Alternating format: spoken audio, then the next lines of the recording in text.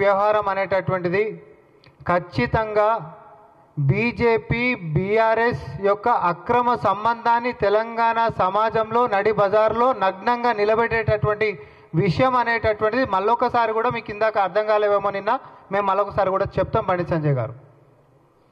ఎందుకోసం అంటున్నామంటే phone tapping వ్యవహారంలో మరి A1 ప్రభాకర్ రావు, తర్వాత A6 శ్రవణ్ రావు, వీళ్ళిద్దరు కూడా దేశాన్ని వదిలిపెట్టి పారిపోయినటువంటి సంగతి మనందరికీ తెలిసిందే.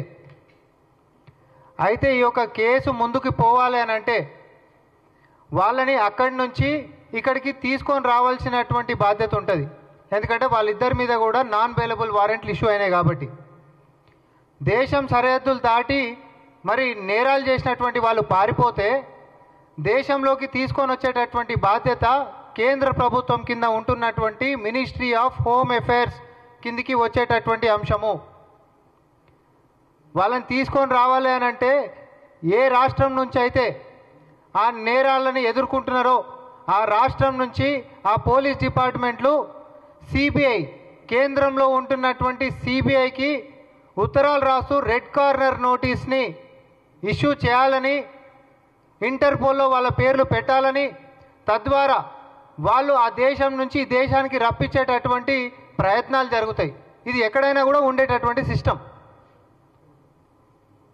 బండి సంజయ్ గారు అసలేం అవగాహన లేకుండానే సిబిఐకి అప్పచెప్పాలంట. మార్చిలో వారిపోతే ఇప్పటిదాకా ఇదేందన్నా ఫిబ్రవరి అంటే ఏడాదికి దగ్గరకు వచ్చింది. వాళ్ళ ఇద్దరి మీద కనీసం రెడ్ కార్నర్ నోటీసు ఎందుకు ఇష్యూ చేయలేదో చెప్పాలి మీరు. అది ఎవరి దాంట్లో ఉంది? Ministry of home affairs. అంటే నీ డిపార్ట్మెంట్లో ఉంది బండి సంజయ్ గారు, నీ సొంత డిపార్ట్మెంట్. కనీసం సోయిండి మాట్లాడుతుండ్రా లేదా మీరు? ఇక్కడ రాష్ట్రం